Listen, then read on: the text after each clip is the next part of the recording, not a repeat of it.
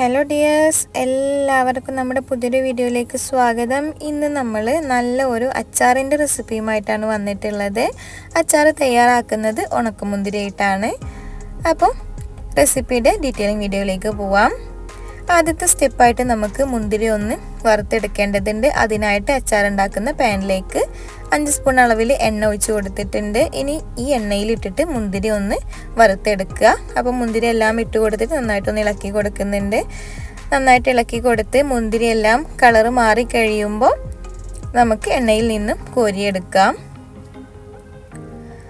അപ്പോൾ മുന്തിരി എല്ലാം കോരി എടുത്തിട്ടുണ്ട്. ഇനി ഇതൊരു സൈഡിലേക്ക് മാറ്റി വെക്കുക. സെയിം എണ്ണയിലേക്ക് തന്നെ 2 സ്പൂൺ അളവിൽ കടുക് ഇട്ട് കൊടുത്തിട്ടുണ്ട്.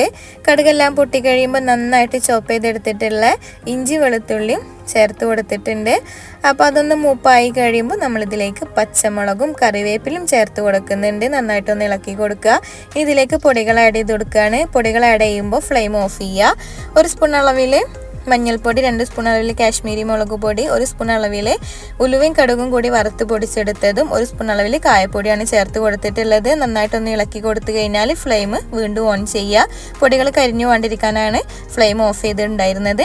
അപ്പോൾ അത്തരത്തിൽ ഫ്ലെയിം ഓൺ ചെയ്ത് പൊടികളൊക്കെ ഒന്ന് മൂപ്പായി കഴിയുമ്പോൾ ഇതിലേക്ക് പുളിവെള്ളം ആഡ് ചെയ്ത് കൊടുക്കുന്നുണ്ട്. ഒരു നെല്ലിക്ക വലിപ്പത്തിലുള്ള പുളി എടുത്ത് അത് വെള്ളത്തിലിട്ട് കുതിർത്ത് നന്നായിട്ട് പിഴിഞ്ഞെടുത്തിട്ടുള്ള പുളിവെള്ളമാണ് നമ്മൾ ചേർത്ത് കൊടുത്തിട്ടുള്ളത്.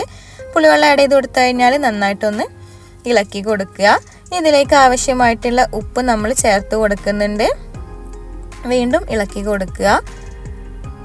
ഇനി ഇതൊരു മധുരത്തോട് കൂടിയിട്ടുള്ള മധുരമുള്ള ഒരു അച്ചാറാണ്. അപ്പോൾ അതിന് വേണ്ടിയിട്ട് മധുരത്തിന് വേണ്ടിയിട്ട് നമ്മൾ ശർക്കര നന്നായിട്ടൊന്ന് ഗ്രേറ്റ് ചെയ്തെടുത്തിട്ട് അത് ആഡ് ചെയ്ത് കൊടുത്തിട്ടുണ്ട്. നന്നായിട്ടൊന്ന് ഇളക്കി കൊടുക്കുക. ഇനി ഇത് നന്നായിട്ട് തിളച്ച് വരുന്ന സമയത്ത് ഇതിലേക്ക് ആവശ്യമായിട്ടുള്ള വിനാഗിരിയാണ് നമ്മൾ ആഡ് ചെയ്ത് കൊടുക്കുന്നത്. 4 സ്പൂൺ അളവിലാണ് നമ്മൾ വിനാഗിരി ചേർത്ത് കൊടുത്തിട്ടുള്ളത്. അപ്പോൾ അതുപോലെ വിനാഗിരിയും കൂടി ചേർത്ത് കൊടുത്തു കഴിഞ്ഞാൽ നന്നായിട്ട് ഇളക്കി കൊടുക്കുക. ഇനി ഇത് നന്നായിട്ട് തിളച്ച് വറ്റി ജസ്റ്റ് ഒന്ന് കുറുകി വരണം. ഇതുപോലെ ഫ്ലെയിം കുറച്ച് വെച്ചിട്ട് നല്ല രീതിയിൽ തിളപ്പിച്ചെടുക്കുക. നന്നായിട്ട് തിളച്ച് വറ്റിതാ ഇതുപോലെ ഒന്ന് കുറുകി വരുമ്പോൾ നമുക്ക് ഫ്ലെയിം ഓഫ് ചെയ്യാവുന്നതാണ്. ഇനി ഇതിനേക്കാളും കുറുകി ചാറ് തീരെ വേണ്ടാത്ത പരുവത്തിലാണ് വേണ്ടതുണ്ടെങ്കിൽ ഇനിയും വറ്റിച്ചെടുക്കാവുന്നതാണ്. നമ്മളിപ്പോൾ ഈ ഒരു പരുവത്തിലാണ് റെഡിയാക്കി എടുത്തിട്ടുള്ളത്.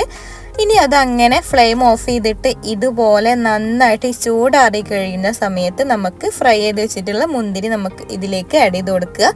അപ്പോൾ ഇതൊന്ന് ചൂടാറി കഴിയുമ്പോൾ വീണ്ടും തിക്കായിട്ട് വരും. അപ്പോൾ അതാ ഇതുപോലെ ഒരു കൺസിസ്റ്റൻസിയിലായിട്ടുണ്ടാവും. ഇനി മുന്തിരി ആഡ് ചെയ്ത് കൊടുത്തിട്ട് നന്നായിട്ട് മിക്സ് ചെയ്തെടുക്കുക. നന്നായിട്ട് നല്ല രീതിയിൽ എല്ലാം നല്ല രീതിയിൽ മിക്സ് ആവുന്ന രീതിയിൽ ഇളക്കി യോജിപ്പിച്ചെടുക്കുക. ഇത്രയേ ഉള്ളൂ, അച്ചാർ റെഡി ആയിട്ടുണ്ട്. ഇനി ഇതൊരു 1-2 ദിവസം സെറ്റ് ആവാനായിട്ട് മാറ്റി വെച്ചതിന് ശേഷം നമുക്ക് യൂസ് ചെയ്യാവുന്നതാണ്.